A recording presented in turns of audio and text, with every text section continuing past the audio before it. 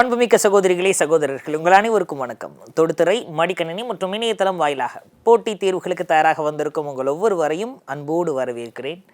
கடந்த பதிவுகள் எல்லாவற்றிலையுமே டிஎன்பிசியினுடைய குரூப் 2 மற்றும் குரூப் 4 தேவையான பொது தமிழ் சார்ந்து பல்வேறு விடயங்களை நம்ம பேசியிருந்தோம். ஸோ அப்படி யூனிட் 1, 2, 3, 4, 5, 6 எல்லாத்தையும் முடிச்சுட்டு யூனிட் 7க்கு வந்துட்டோம். நம்ம அதாங்க அப்டேட்டட் சிலபஸில் இருக்கக்கூடிய யூனிட் 7.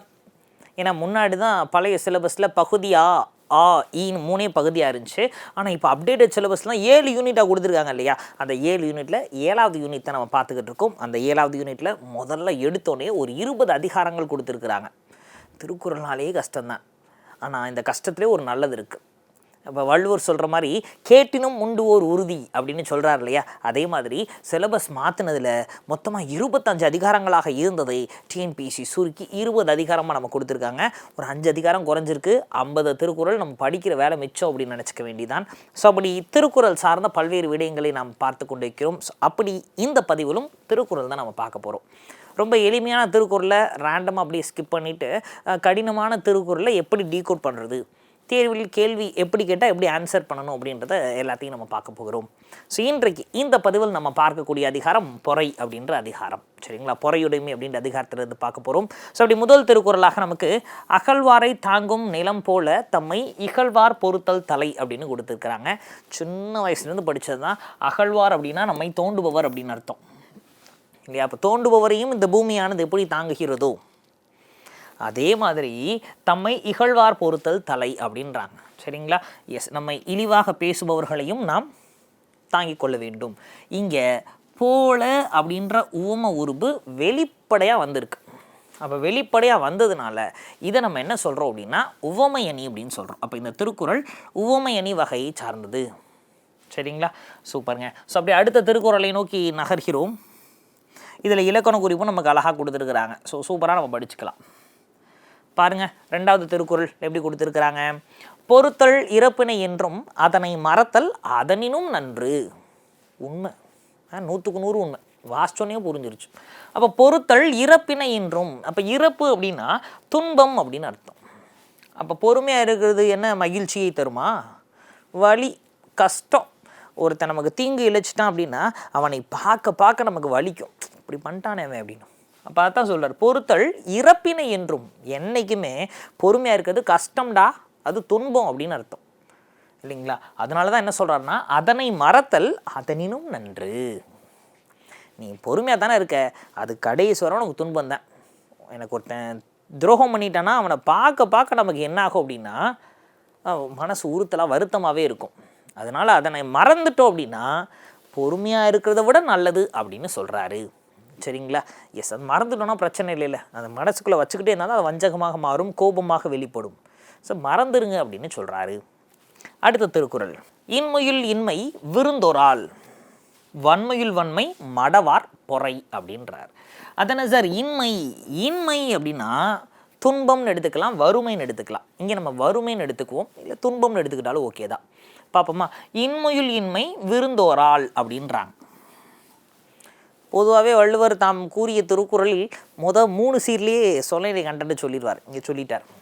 இப்போ நான் இன்மையை துன்பம்னு எடுத்துக்கிறேனே, துன்பத்துள் துன்பம், அதான் இன்மையுள் இன்பம் விருந்தொரால் அப்படின்றார். அப்போ விருந்து ஒரால் அப்படின்னு அர்த்தம். அப்போ ஒரால் அப்படின்னா தவிர்த்தல் அப்படின்றது அர்த்தம், நெக்லெக்ட் பண்ணுறது. அப்போ விருந்து ஒரால், விருந்துனா விருந்தினர். அப்போ துன்பங்களுக்கெல்லாம் பெரிய துன்பம் விருந்தினரை தவிர்க்கிறது. ஐயோ வீட்டுக்கெலாம் வந்துடாதீங்க, வீட்டுக்கு வந்துடக்கூடாதுன்னு நினைக்கிறதான். இல்லை வறுமைன்னு எடுத்துக்கிட்டால் வறுமையுள் வறுமை விருந்தினரை அவாய்ட் பண்ணுறது. ஏன்னா உலகத்துக்கே விருந்தோம்பலை பெருசாக சொல்லி கொடுத்த இனம் தமிழினம். அப்பேற்பட்ட நமக்கு விருந்தினர்கள் வீட்டுக்கு வரலைன்னா தான் அவமானம் இல்லைங்களா? இப்போ பொதுவாகவே இப்போ கூட ஒரு சில வீடுகளில் பார்த்திங்கன்னா யாராவது வீட்டுக்கு வந்துட்டாங்கன்னா கண்டிப்பாக அவங்க கை நினைக்காமல் போயிடக்கூடாது, தண்ணியாவது குடிச்சிட்டு போங்க அப்படின்னு சொல்லுவாங்க. வந்தவங்க வெறும் வயிறை அனுப்பிச்சிடக்கூடாதுன்றது தமிழர்களுடைய பண்பு. ஸோ அதான் சொல்கிறாங்க இன்மையுள் இன்மை விருந்தொரால். அப்போ விருந்தினர்களை நாம் உபசரிக்காமல் இருப்பது தான் இருக்கிற வறுமைக்கெல்லாம் வறுமை அப்படி சொல்லிட்டு அடுத்து என்ன சொல்கிறாரு பாருங்க, வன்மையுள் வன்மை மடவார் பொறை. அப்போ வன்மைனா வலிமை, அப்போ வலிமைக்கெல்லாம் பெரிய வலிமை மடவார் பொறை. மடவார் அப்படின்னா யாருங்க? மடமையோடு இருப்பவர்கள், அறிவே இல்லாதவன் அர்த்தம். அவங்கிட்டக்க பொறுமையாக போகிறது தான் வலிமைகளுக்கெல்லாம் பெரிய வலிமை அப்படின்னு சொல்கிறாரு. அடுத்த திருக்குறள் நோக்கி நம்ம பயணிக்கிறோம். நிறையுடைமை நீங்காமை வேண்டின் பொறையுடைமை போற்றி ஒழுகப்படும் அப்படின்றாங்க சார். சரிங்களா?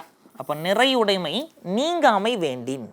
அப்போ நிறையுடைமை அப்படின்னா நிறையா, அப்போது அதிகமாக இருக்கக்கூடியது. இதை நாம் அருளாக எடுத்துக்கலாம், அறிவாக எடுத்துக்கலாம், நிறையா இருக்குது. அது செல்வமாக கூட எடுத்துக்கலாம். நான் அதை செல்வமாக எடுத்துக்கிறேங்க. நிறையுடைமை நீங்காமை வேண்டின். என் இருக்கக்கூடிய செல்வமோ அருளோ அறிவோ நீங்காமல் என்னை விட்டு போகாமல் இருக்கணும் அப்படின்னா பொறையுடைமை போற்றி ஒழுகப்படும். ஒழுகப்படும்னா பின்பற்றப்படும், இல்லை பாதுகாக்கப்படும்னு எடுத்துக்கலாம். அப்போ என்ன அர்த்தம்?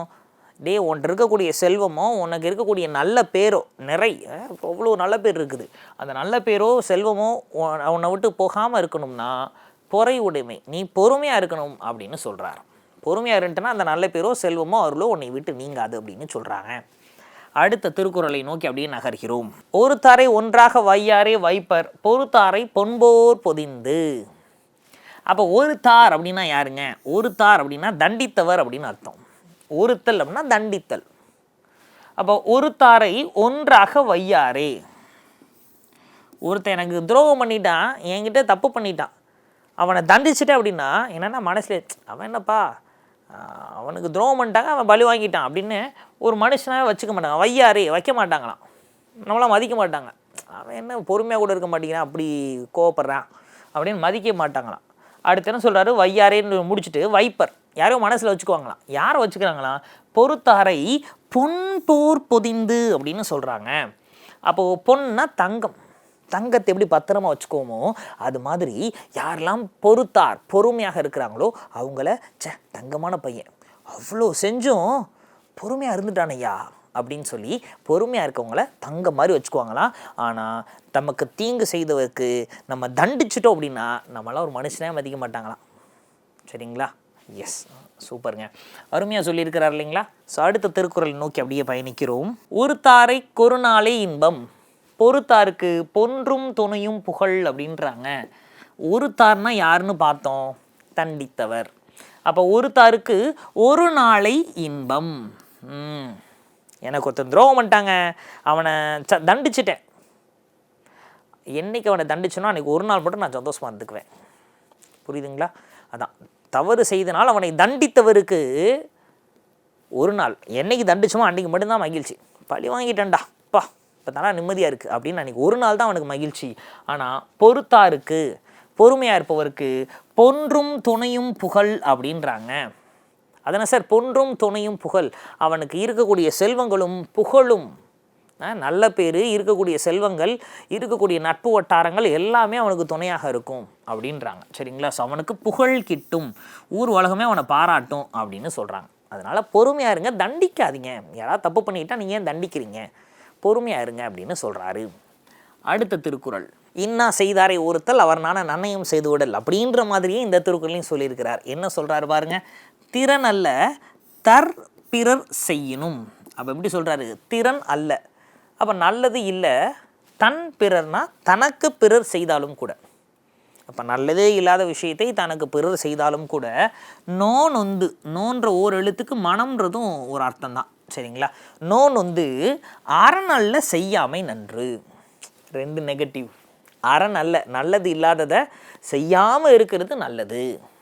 சரிங்களா? அப்போது திறன் அல்லாதது, நன்மை இல்லாதவற்றை தனக்கு பிறர் செய்தாலும் கூட மனம் நொந்து போய் அறம் இல்லாத விஷயத்தை செய்யாமல் இருப்பது நல்லது அப்படின்னு சொல்கிறாரு. சரிங்களா? பொறுமையாக இருக்கிறதுக்கு அப்படி சொல்கிறார். அடுத்ததாக, மிகுதியான் மிக்கவை செய்தாரை தாம் தம் தகுதியான் வென்று விடல். மிகுதியான் அப்படின்றாங்க. அப்போ மிகுதினா செருக்கின் மிகுதியாக இருக்கலாம், செல்வத்தின் மிகுதியாக இருக்கலாம், அறிவின் மிகுதியாக இருக்கலாம், பதவியின் மிகுதியாக இருக்கலாம், எப்படியோ இருந்துட்டு போகுது. நிறையா வச்சுருக்கிறேன் அப்படின்னு அவன் நிறையா செய்கிறான். மிக்கவைனா மிகுதியாக செய்கிறான். என் கையில் தான் பவர் இருக்குது அப்படின்னு அவன் நிறையா தீமை செய்கிறான். என்கிட்ட தான் காசு இருக்குன்னு நிறையா தீமை செய்தான். அப்படி செய்தவரை தாம் தம், அப்போ நாம் நம் தகுதியால் வென்று விடல். என்ன தகுதியால்? பொறுமையால் ஜெயிச்சிடணும். என்ன பொறுமையால் ஜெயிக்கணும்? எப்படி இதுக்கு முன்னாடி சொன்னாரோ அதே மாதிரி நாம் அவங்கள தண்டிக்காமல் நாம் பொறுமையாக இருந்து அவனை ஜெயிக்க வேண்டும். எவ்வளோ அடித்தாலும் தாங்குறான்டா அப்படின்னு ஒரு கட்டத்தில் அவனே நம்மளை டார்கெட் பண்ண மாட்டான், கார்னர் பண்ண மாட்டான். பொதுவாகவே ஒரு நபர் நம்மளை கார்னர் பண்ணுறாங்க, நம்மளை இல்ட்ரீட் பண்ணுறாங்கன்னா என்ன அர்த்தம்? நம்ம கோவப்பட்டு ரியாக்ட் பண்ணுவோம் அப்படின்றதுக்கு தான் அவனை நம்மளை கலாய்க்கிறது, கிண்டல் பண்ணுறது எல்லாமே. உங்களை ஒருத்தர் இழிவாக பேசுகிறாங்களா, பாடி ஷேவிங் பண்ணுறாங்களா, கோவப்படாதீங்க, நீங்கள் பாட்டு பொறுமையாக போயிருங்க. அவன் ஏன் நம்மளை பாடி ஷேவிங் பண்ணுறான், கிண்டல் பண்ணுறான், கலாய்க்கிறான், எல்லோரும் சிரிக்கணும், நம்ம ஒன்று அவன்கிட்ட சண்டைக்கு போகணும், இல்லை நம்ம பார்த்து பயப்படணும்னு நினைக்கிறான். நீங்கள் பொறுமையாக போயிருங்க, அதுவே அவனுக்கு பெரிய ஐடி தான். ஏன்னா இவ்வளோ சொல்கிறோம், ரியாக்டிவ் பண்ணாமல் போயிட்டானே, இதுக்கப்புறம் அவன் செய்ய மாட்டான் இல்லையா, அப்படி தான் சொல்கிறார். பொறுமையாக போனீங்கன்னா நீங்கள் ஜெயிச்சிடலாங்க அவனை அப்படின்னு சொல்கிறாரு. அடுத்த திருக்குறளை நோக்கி அப்படியே நகர்கிறோம். துறந்தாரின் தூய்மை உடையர், இறந்தார்வாய் இன்னா சொல் நோக்கிப்பவர் அப்படின்றாங்க. துறந்தார் யார்? துறந்தார், முற்றும் துறந்த முனிவர், அதான் துறந்தார் அப்படின்னு சொல்கிறோம். துறந்தாரின் தூய்மை உடையர். அப்போது எதுவுமே இந்த உலகத்தில் எனக்கு வேணாம் அப்படின்னு முனிவர்கள் இருக்கிறாங்க இல்லையா, சாமியார்கள் இருக்காங்கல்ல, அவங்களை விட தூய்மை உடையவர்கள் யார் அப்படின்னா இறந்தார்வாய் இன்னா சொல் நோக்கிப்பவர் அப்படின்னாங்க. இறந்தார்வாய் அப்படின்னா தீய வார்த்தைகளையே சொல்லக்கூடிய நபர்கள், சரிங்களா? இல்லைன்னா இறந்த காலம்னு சொல்கிறோம் இல்லையா, ஆல்ரெடி நம்மளை இழிவாக பேசியவர்கள், அதான் இன்னா சொல் அப்படின்னு சொல்கிறோம், சரிங்களா? எஸ், நம்ம இழிவாக பேசியவர்கள் ஒரு அளவை கடந்து நம்மளை இன்னா சொற்கள்னால் இனிமை இல்லாத சொற்கள் அதை பயன்படுத்தி சொல்லியிருப்பாங்க இல்லையா, அதை நோக்கிற்பவர். அப்போ நோக்கிற்பவர்னால் தவம் மாதிரி சொல்கிறார். அதை பொறுமையாக தவம் இருக்கிற மாதிரி அமைதியாக கேட்டுக்கிறாங்க இல்லையா, அவங்க தான் இருக்கக்கூடிய முனிவர்களுக்கெல்லாம் பெரிய ஆள். அப்போ சாமியார் தான் தூய்மையானவர் நினச்சிக்கிட்டு இருக்கோம். சாமியாரோட தூய்மையானவர் யாருன்னா, யாரோ ஒருத்தர் நம்மளை இழிவாக பேசினாலும் அப்படியே பொறுமையாக இருக்கான் இல்லையா, அவன் தாங்க சாமியாருக்கெல்லாம் பெரிய ஆள் அப்படின்னு சொல்கிறாரு, சரிங்களா? ஸோ அடுத்த திருக்குறள் பார்க்கிறோம். இந்த பொறையுடைய கடைசி திருக்குறள். உண்ணாது நோற்பர் பெரியர், பிறர் சொல்லும் இன்னா சொல் நோக்கிற்பாரின் பின், சரிங்களா? எஸ், அப்போ உண்ணாது நோற்பர் பெரியர் அப்படின்றார். அப்போ உண்ணாதுன்னா சாப்பிடாது, நோற்பவர்னா நோன்பு இருப்பவர். நம்மளால முடியுமா? முடியாது. அப்போ சாப்பிடாமலே நோன்பு இருக்கிறாங்க இல்லையா, ஏன்னா அவங்களுக்கும் ஆசை இருக்கும், அப்படி தானே? இந்த ஒரு சிலர்லாம் செவ்வாய்க்கிழமை, வியாழக்கிழமை, சனிக்கிழமைன்னு விரதம் இருப்பாங்க. யோசிச்சு பாருங்கள், நமக்குலாம் நான்வெஜ் சாப்பிட்ணும் ஆசை இருக்கும், அவங்களுக்கும் ஆசை இருக்கும். திடீர்னு அன்றைக்கி தான் ஃபங்க்ஷன் இருக்கும், ஃப்ரெண்டோட ட்ரீட் இருக்கும். ஸோ அன்றைக்கெலாம் நான்வெஜ் சாப்பிடாமல் இருக்கிறாங்க இல்லையா, அது சாப்பிடாமல் நோன்பு இருக்கிறாங்க, அது பெரிய விஷயம். அதுதான் சொல்கிறார், உண்ணாது நோற்பர் பெரியர். ஆனால் அவங்க யார், எப்படி பெரியவங்களாம்? பிறர் சொல்லும், மற்றவங்க சொல்லும் இன்னா சொல் நோற்பாரின் பின். அப்போ மற்றவங்க இழிவாக பேசுகிறாங்க சார், அந்த இழிவாக பேசுகிறவங்க கிட்டக்க பொறுமையாக இருக்கிறா இல்லையா, அவங்களுக்கு அடுத்து தான் சாப்பிடாமல் நோன்பு இருப்பவர்கள்லாம் அப்படின்னு சொல்கிறாரு. கிளியராக்குறோமா? அப்போ உண்ணாது நோன்பு இருப்பவர்கள் யாருக்கு பின்னாடியா? இன்னா சொல் நோற்பாரின் பின் அப்படின்னு சொல்லிடுறாரு, சரிங்களா? ஸோ இந்த 10மே பொறையுடைமை அப்படின்ற அதிகாரத்துலேருந்து நமக்கு கொடுத்துருக்குறாங்க. ஸோ பொறையுடைமை அப்படின்றது பொதுவாகவே நமக்கு ஸ்கூல் புக்ஸ்லேயும் அங்கங்கே இருந்தது, நமக்கு முக்கியத்துவம் வாய்ந்த ஒன்று தான். ஸோ சூப்பராக பார்த்தாச்சு. ஸோ அடுத்ததாக நமக்கு ஊக்கமுடைமை அப்படின்ற அதிகாரம் சிலபஸில் கொடுத்துருக்குறாங்க. ஊக்கமுடைமையிலிருந்து நம்ம பார்க்க போகிறோம், சரிங்களா? திருக்குறள், ஒரு சில திருக்குறள் எளிமையாக இருக்கிறத நம்ம ஸ்பீடாக பார்த்துருவோம். கடினமான திருக்குறளை டீட்டெயிலாக பொறுமையாக டீகோட் பண்ணி பார்ப்போம். சரி, இந்த ஊக்கமுடைமை அப்படின்றது பொருட்பாலில் அரசியலில் வருகிறது, சரிங்களா? எந்த இயல்னு கேட்டால் அரசியலில் வருகிறது. இதில் முதல் திருக்குறள், உடையர் எனப்படுவது ஊக்கம் அஃதிலார், உடையது உடையாரோ மற்று அப்படின்றார். உடையர் அப்படின்னா செல்வம் உடையவர் அப்படின்னு எடுத்துக்கலாம், சரிங்களா? செல்வம் உடையவர், காசு இருக்குது அப்படின்ற மாதிரி. உடையர் எனப்படுபவர் ஊக்கம். ஏன் நிறையா இருக்குடா அப்படின்னா அது காசு போன மட்டும் இல்லையா, ஊக்கம் இருக்கவன் தாங்க உண்மையிலுமே எல்லாம் இருப்பவன் அப்படின்னு சொல்கிறாரு. சொல்லிட்டு அஃதிலார், எது இல்லார்? ஊக்கம் இல்லார், சரிங்களா? அஃதிலார் உடையது உடையரோ மற்று அப்படின்றாங்க. என்னது? ஊக்கம் இல்லாமல் மற்ற என்ன காசு பணம் சொத்து புகழ் எல்லாம் இருந்துச்சுனாலும் புரோஜனம் இல்லை. ஊக்கம் இல்லைன்னா அவ்வளோ இருந்தும் புரோஜனம் இல்லையா, அதெல்லாம் மெயின்டைன் பண்ண முடியாது அப்படின்னு சொல்கிறாரு, சரிங்களா? எஸ். ஸோ அடுத்த திருக்குறள், உள்ளமுடைமை உடைமை பொருளுடைமை நில்லாது நீங்கிவிடும் அப்படின்னு சொல்கிறாரு. அதனே உள்ளமுடைமை உடைமை, உள்ளத்தில் இருக்கக்கூடிய உடைமை தாங்க இருக்கிறதுலே பெரிய உடைமை. அது என்ன உள்ள மட்டுமே மனசில் இருக்கக்கூடிய ஊக்கம், இந்த ஊக்கம் தான் பெரிய சொத்தா சொல்லிட்டு அடுத்து என்ன சொல்கிறார் பாருங்க, பொருளுடைமை காசு பணம் நில்லாது நீங்கி விடும். அது நில்லாது இன்றைக்கி இருக்கு நாளைக்கு போயிருங்க, ஆனால் மனதில் இருக்கக்கூடிய ஊக்கம்தான் கடைசியில் இருக்கும், அதுதான் பெரிய சொத்து அப்படின்னு சொல்கிறாரு. அடுத்த திருக்குறள், ஆக்கம் இழந்தேம் என்று அல்லாவார் ஊக்கம் ஒரு வந்தம் கைத்துடையார். அழகா சொல்லியிருக்காருல்ல, ஆக்கம் அப்படின்னா செல்வம். அப்போ செல்வத்தை இழந்தேம் என்று அல்லாவார் அப்படின்றாங்க சார். சரிங்களா? எஸ். அப்போது ஆக்கம்னா செல்வம், செல்வத்தை இழந்தவர்கள் அப்படின்னு அல்லாவார், அல்லாவார்னா இருக்க மாட்டாங்க அப்படின்றார். காசு பண்ணலாம் இழந்துட்டனே அப்படின்னு சொல்ல மாட்டாங்களாம், அல்லாவார். அப்போ யார் அப்படி சொல்ல மாட்டாங்களாம், ஊக்கம் ஒரு வந்தம் கைத்துடையார். அப்போ ஊக்கத்தை ஒரு வந்தம் ஒருபோதும் கைத்துடையார், கையிலிருந்து போக விடாமல் இருக்கிறது. அப்போ கைத்து உடையார்னா கையிலே வச்சிருக்கிறது. ஸோ அர்த்தம் புரியுதா? கைத்துடையார்னா எதை கையில் வச்சுக்கிறாங்களா? ஊக்கத்தை. அப்போ எப்படி சொல்கிறார் பாருங்கள், மாற்றி வாசிப்போம். அதை இப்படி பிரித்து, ஊக்கம் ஒரு வந்தம் கைத்துடையார். அப்போ ஊக்கத்தை ஒரு தடவை கூட கையிலேருந்து இழக்காமல், அப்போ ஊக்கத்தோடே இருக்கிறவன் எப்போதுமே 24/7 ஊக்கத்தோடே இருக்கிறவன் என்ன பண்ணுறான் அப்படின்னா ஆக்கத்தை இழந்தேன் அப்படின்னு சொல்லவே மாட்டானான். அப்போ ஊக்கத்தோடு இருந்தானா நமக்கு செல்வம் கண்டிப்பாக கிடைக்கும் அப்படின்னு சொல்ல வராரு. அடுத்த திருக்குறள், ஆக்கம் அதர்வினாய் செல்லும் அசைவிலா ஊக்கமுடையான் உலை. முக்கியம் இதுதான். ஆக்கம்னா செல்வம், அதர்வினாய் செல்லும். அப்போ ஆக்கம் அதுவாகவே செல்லுமா, காசு அவன்கிட்ட சேரும், அதுவாகவே போய் சேர்ந்துடும் அப்படின்றார். எப்படி அப்படின்னா அசைவிலா, அசைவிலானா சோர்வே இல்லாத. சரிங்களா? ஊக்கமுடையான் உலை அப்படின்றார். நல்லா ஞாபகம் வச்சுக்கணும். ஏன்னா நிறைய பேர் என்ன பண்ணுறோம் அப்படின்னா இந்த உலைன்றதை மட்டும் விட்டுறோம் இல்லையா? அசைவிலா சோர்வில்லாமல் ஊக்கத்தோடு உலை, உழைப்பவன் கிட்ட. சரிங்களா? எஸ். அப்போ ஆக்கம் அதர்வினாய் செல்லும் அப்படின்னா ஆக்கம் அதுவாகவே போய் சேர்ந்துருமா யாருக்கிட்ட அப்படின்னா மனசில் சோர்வே இல்லாமல் ஊக்கத்தோடு உழைப்பவன் கிட்ட. ஏன்னா நாம் என்ன பண்ணுறோன்னா, எனக்கு கான்ஃபிடென்ட் இருக்குது, நான் இந்த தடவை குரூப் 1 கிளியர் பண்ணி டிசி ஆவேன், டிஎஸ்பி ஆவேன்னு ஊக்கம் இருக்குதுங்க, ஆனால் உழைப்பு இருக்கணுமே இல்லையா? ஏன்னா நிறைய பேர் இந்த கான்ஃபிடென்ட் அப்படின்றதோட ஓவர் கான்ஃபிடென்ட்டில் தான் சுற்றிக்கிட்டு இருப்போம். ஸோ அந்த மாதிரி ஆட்களுக்கு தான் சொல்கிறார், டே ஆக்கம் அதர்வனாய் செல்லும் அசைவிலா ஊக்கமுடையான் அப்படின்னு நிறுத்தலை, ஊக்கமுடையான் உழை, ஊக்கத்தோடு உழைச்சேன்னா ஆக்கம் உங்ககிட்ட நிறையா சேரும் அப்படின்றார். சரிங்களா? எஸ். அடுத்த திருக்குறளை நோக்கி அப்படியே பயணிக்கிறோம். வெள்ளத்தனைய மலர் நீட்டம் மாந்தர்த்தம் உள்ளத்து அணையது உயர்வு.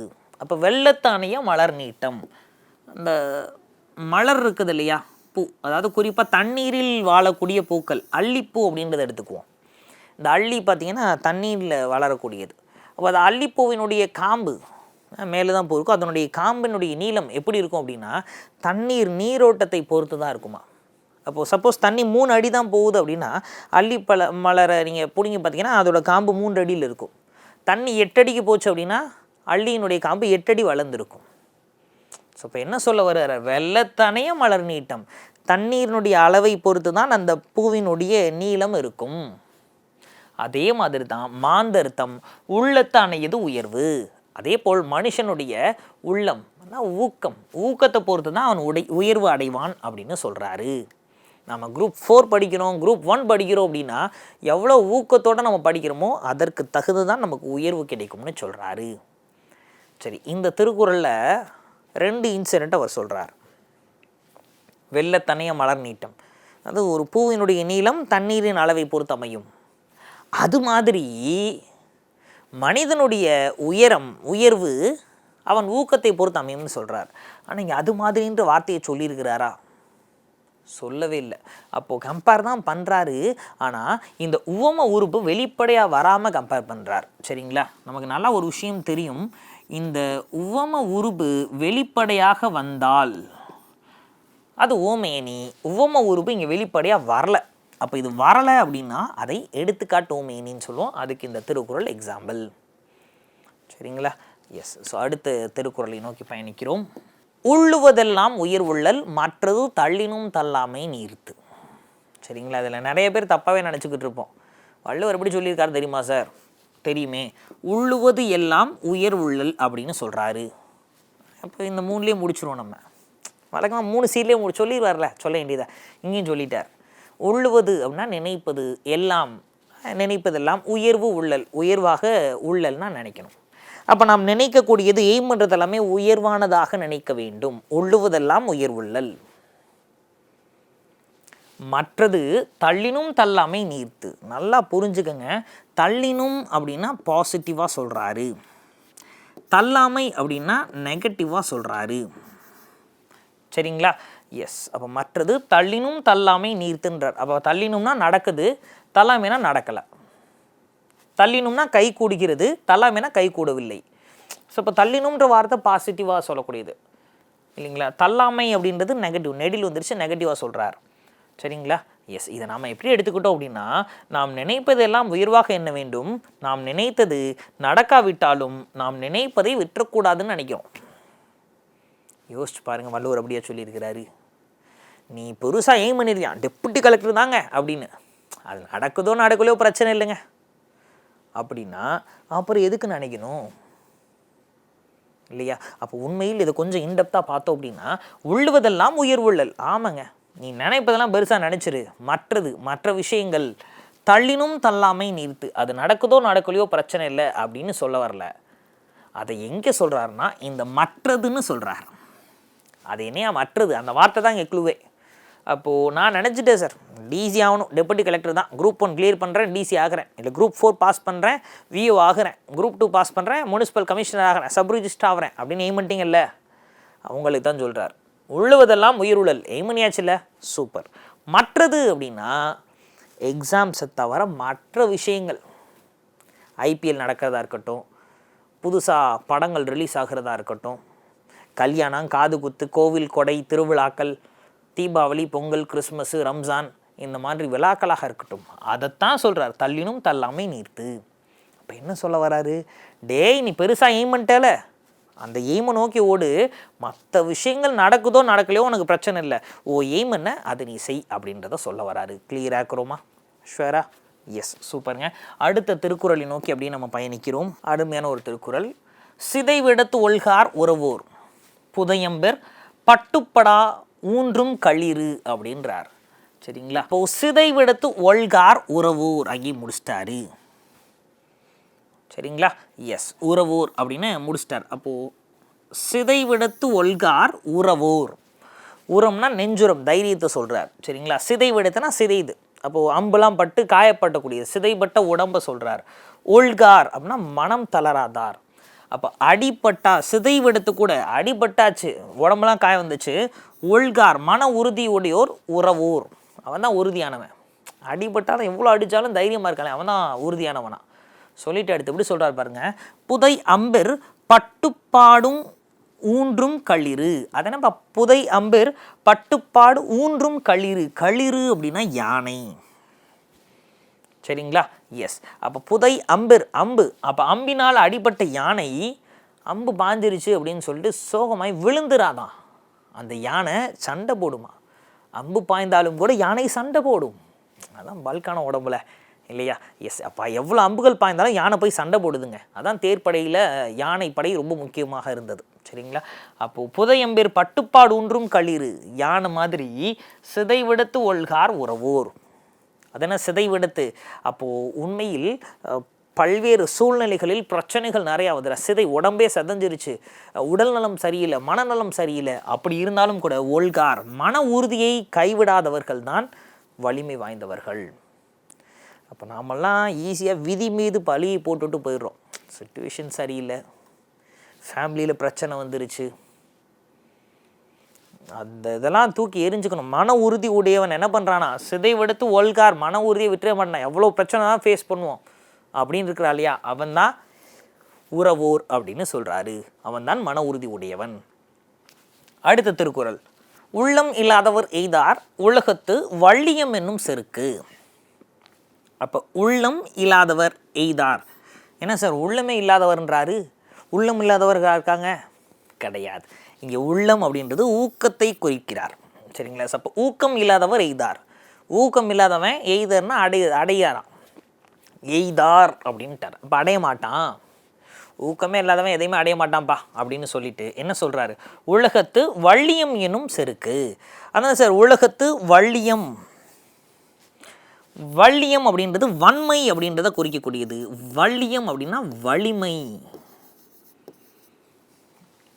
சரிங்களா, வலிமை. அப்போ உலகத்து வலிமை என்னும் செருக்கு. அப்போ உலகத்தின் வலிமை அப்படின்னு எதை சொல்கிறாங்க, மன உறுதியை சொல்கிறாங்க. அப்போ நெஞ்சில் மன உறுதி இல்லாதவனுக்கு இந்த உலகத்தினுடைய வலிமையான பெயர் கிடைக்காது அப்படின்னு சொல்ல வரார். அதான் உள்ளம் இல்லாதவர் எய்தார். மனசே இல்லாதவன் அடையவே முடியாது. எதை அடைய முடியாது, உலகத்து வள்ளியம், இந்த உலகில் வலிமை ஆய்ந்தவன், இவன் தான் பலசாலி அப்படின்ற பேர்லாம் அவனுக்கு கிடைக்காது. ஏன்னா அவன்கிட்ட ஊக்கம் இல்லை அப்படின்னு சொல்கிறாங்க. இது உண்மையா சார்? ஆமாம். ஒரு நேர்மையான அதிகாரி ஒருத்தர் இருந்தார் அப்படின்னா நல்லா ஞாபகம் வச்சுக்கோங்க, அவரை இந்த உலகம் கொண்டாடும். வருங்கால அரசு அதிகாரிகள்லாம் பார்த்துக்கிட்டு இருக்கீங்க, அப்படி தானே சொல்லுங்களா? எஸ். ஸோ இப்போ ஒரு நேர்மையான அதிகாரி இருந்தார்னா அவருக்கு தான் அந்த நல்ல பேர் அவரை கொண்டாடும் இந்த சமூகம். அதைத்தான் சொல்கிறார். ஒரு நேர்மையான அதிகாரி இருக்கிறாருன்னா அவர் எவ்வளோ ஊக்கத்தோடு இருக்கணும். ஏன்னா அவர் சொந்த அலுவலகத்தில் அவரை கார்னர் பண்ணுவாங்க, குடும்பத்தில் கார்னர் பண்ணுவாங்க. இந்த ஆள் நேர்மையாக இருந்து சம்பாதிக்க மாட்டேங்கிறாரு, ஆனால் மற்றெல்லாம் இப்படி சம்பாதிக்கிறாங்க அப்படின்னு சொல்லி குடும்பம் ஒதுக்கும், உடன் வேலை பார்க்கக்கூடியவங்க ஒதுக்குவாங்க. ஆனால் இது எல்லாம் ஃபேஸ் பண்ணி நிற்கிறார் இல்லையா, அவருக்கு தான் அந்த உலகத்து வள்ளியம் என்னும் செருக்கு. இந்த உலகத்தில் அவன் தான் என் மன உறுதி உடையவன். பாரு, ஒரு கொள்கை எடுத்துட்டான், லஞ்சம் தவிர்த்த நெஞ்சம் நிமிர்த்துன்னு கொள்கை எடுத்துட்டான், அந்த கொள்கையில் நிற்கிறான் பத்தியா, அவன் தான் வலிமை வாய்ந்தவன் அப்படின்னு இந்த உலகம் அவனை கொண்டாடும். அப்படி மன உறுதி இல்லாதவன் எய்தார், அடைய முடியாது அப்படின்னு சொல்கிறார். சரிங்களா? நாமளும் எக்ஸாமில் பாஸ் பண்ணணும் அப்படின்னு ஆசைப்படுறோம். நமக்கும் மன உறுதி அப்படின்றது வேண்டும். யார் என்ன சொன்னாலும் மன உறுதியை மட்டும் நாம் விடக்கூடாது. அடுத்த திருக்குறள், பரியது கூன் கோட்டது ஆயினும் யானை வெறுவும் புலிதா குறின். ரொம்ப அருமையாக விலங்குகளை மையமாக வச்சு சொல்லியிருக்காரு. பரியது, சரிங்களா? எஸ், பரியது கூன் கோட்டது ஆயினும். அப்போ பரி அதுனா, பரி அப்படின்னா குதிரைன்னு அர்த்தம், சரிங்களா? குதிரை, பரி அப்படின்னா குதிரை. ஆக்சுவல் நம்ம பூ பறிக்கிறது அது வேற பரி, அது இந்த பரி, சரிங்களா? ரைட். அப்போ பரியது கூர்ங்கோட்டது ஆயினும் அப்படின்றாங்க. அப்போது பரியது கூர்ங்கோட்டது, கூர்ங்கோட்னா கூர்மையான கொம்புகளை உடையதாக இருந்தாலும் கூட யானை வெறுவும் புலிதா குறின் அப்படின்றாங்க. ஸோ இப்போ பரி அப்படின்றது குதிரை தான், ஆனால் இங்கே பரியது கூர்ங்கோட்டது ஆயினும் அப்படின்னு இங்கே பரின்னு குதிரையை சொல்லலை, உடம்பை சொல்கிறார். புரிஞ்சிருச்சா?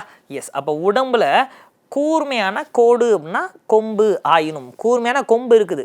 அப்போ மேபி காளமாடை கூட சொல்லலாம், ஏன்னா காளமாடு கூர்மையான கொம்பு இருக்கும். மானை கூட சொல்லலாம் கூர்மையான கொம்பு இருக்குது அப்படின்னு.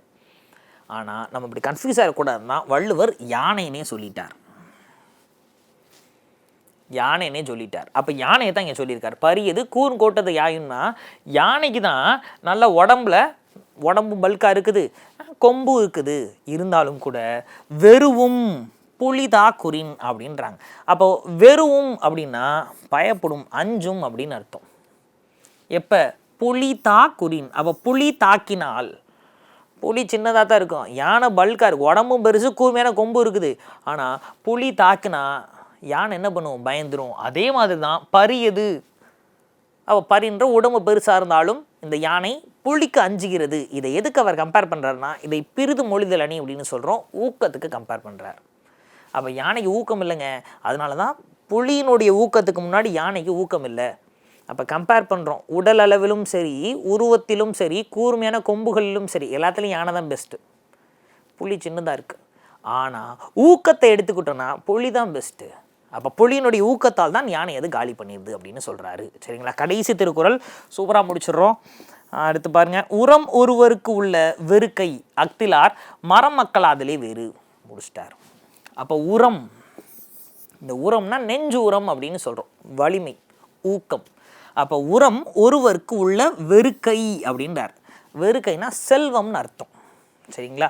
அப்போ இந்த ஊக்கம் தாங்க ஒருத்தருடைய செல்வம். சரிங்களா? அக்திலார், எது இல்லார், ஊக்கம் இல்லார் மரம் மக்களாதலே வேறு. மரம் மக்களாதல்னா மரத்துக்கு ஓர் அறிவு தான்.